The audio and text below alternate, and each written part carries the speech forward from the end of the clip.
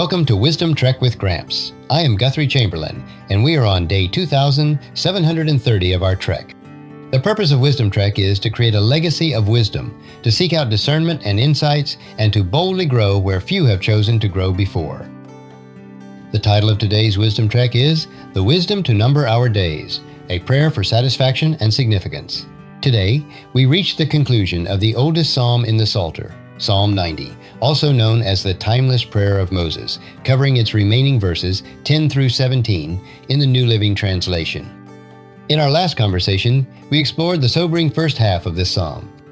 Moses established the immense chasm between the eternal God, our home and refuge, who predates the mountains and the transient life of man, who vanishes like a dream or grass that is withered by evening.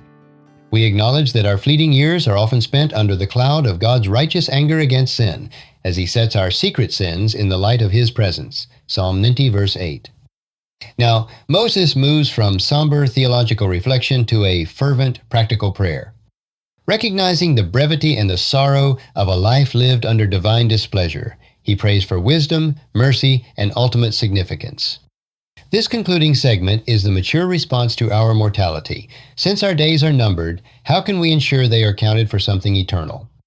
So, let us open our hearts to this ancient and vital prayer, learning how to redeem the time God has given us. The first segment is the frailty of life and the plea for wisdom. Psalm 90, verses 10 through 12.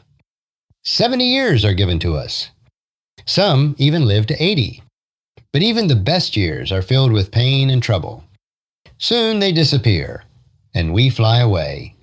Who can comprehend the power of your anger? Your wrath is as awesome as the fear you deserve. Teach us to realize the brevity of life so that we may grow in wisdom. Moses begins by stating the typical limit of human lifespan, a stark number based on his long experience with the dying generation in the wilderness. 70 years are given to us. Some even live to 80. This lifespan, while a gift, is often limited, but Moses acknowledges that longer life isn't always better. But even the best years are filled with pain and trouble. Soon they disappear, and we fly away. This speaks to a universal truth. Even the healthiest and most prosperous years have their share of hardship, a reality that the ancient Israelites knew well.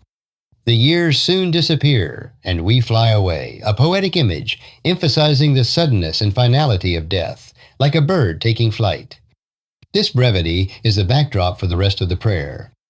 Moses then contrasts human frailty with the overwhelming might of God's displeasure. Who can comprehend the power of your anger? Your wrath is as awesome as the fear you deserve. The psalmist reminds us that the primary reason for the brevity and pain of human existence is sin and the righteous anger of God against it. He asks, who can truly grasp the severity of God's wrath? It is a power so immense that it is equal to the fear, reverence, and awe that God's holiness rightly demands. This contrasts the transient anger of man with the consuming, eternal wrath of God that marks the end of all mortals. This sobering realization leads to the central, most critical petition of the entire psalm.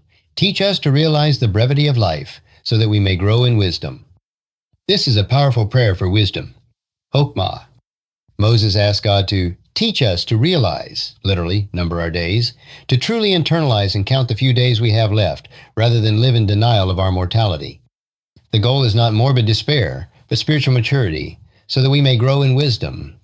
Wisdom here is the practical, spiritual discernment needed to live righteously in the time allotted, aligning our brief life with God's eternal purposes. Knowing the end should fundamentally change how we live in the present. The second segment is the cry for compassion and covenant blessing. Psalm 90, verses 13 through 16. O Lord, come back to us. How long will you delay? Have compassion on your servants.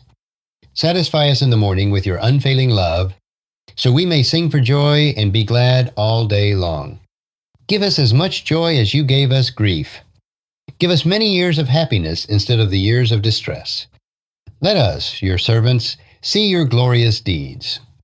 Let our children see your glory. Having prayed for wisdom, Moses now prays for the restoration of God's favor and compassion for the suffering covenant community. O Lord, come back to us. How long will you delay? Have compassion on your servants. The cry, "Come back to us," shuv, is a classic petition for God to turn his face back to his people, signaling the end of divine judgment. The urgent, "How long will you delay?" echoes the laments of the subsequent Psalms, expressing the anguish over God's apparent distance during their suffering. Moses appeals to God's inherent goodness. "Have compassion," niham, to be sorry, to repent of one's anger, "on your servants, his loyal, covenant-bound people." The petition is for satisfaction through God's eternal goodness. "Satisfy us in the morning with your unfailing love, so we may sing for joy and be glad all day long." Morning symbolizes a new start, the dawning of God's favor after the dark night of affliction. He prays for satisfaction through God's unfailing love, hesed, the covenant loyalty that guarantees restoration. If God's hesed is experienced fully, the result is overflowing, perpetual joy. Sing for joy and be glad all day long, replacing the sorrow and sighing of the previous verses. Moses prays for a balance of blessing and suffering, seeking to redeem the years lost to God's wrath. "Give us as much joy as you gave us grief. Give us many years of happiness instead of the years of distress." He asks God to match the intensity and the duration of their sorrow with an equal measure of joy and happiness. This is a prayer for God to reverse the curse and grant full covenant blessing, compensating them for the painful years spent under his disciplinary hand. Finally, the prayer culminates in a fervent request for a visible demonstration of God's glory that impacts future generations. "Let us, your servants, see your glorious deeds. Let our children see your glory." This is a prayer for divine council-level action. Moses is asking God to reveal his glorious deeds, piula, and his glory, his physical, majestic presence in a tangible way before the living generation. This demonstration is essential for the intergenerational transmission of faith, ensuring that the children who will inherit the promised land will witness God's power and faithfulness firsthand. It's a plea for a new exodus, a new revelation of God's majesty that reestablishes hope and secures the covenant commitment for the future. The third segment is the final plea for significance. Psalm 90, verse 17. "And may the Lord our God show us his approval and make our efforts successful." Yes, make our efforts successful. The psalm ends with a practical, poignant prayer for significance in the short time remaining. "And may the Lord our God show us his approval and make our efforts successful."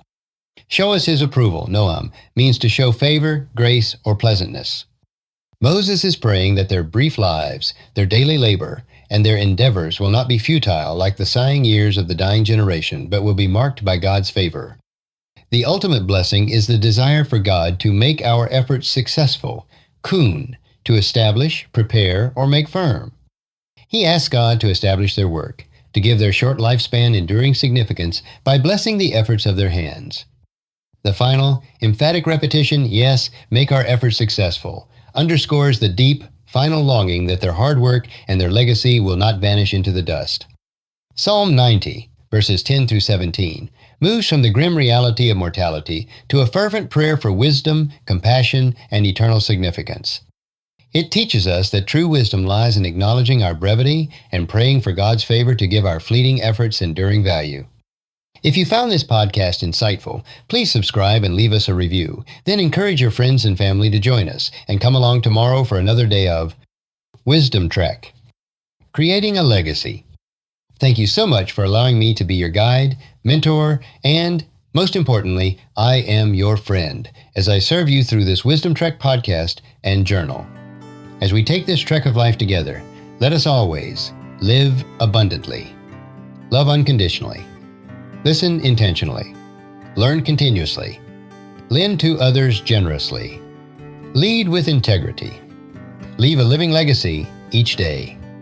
I am Guthrie Chamberlain, reminding you to keep moving forward, enjoy your journey, and create a great day every day. See you next time for more daily wisdom.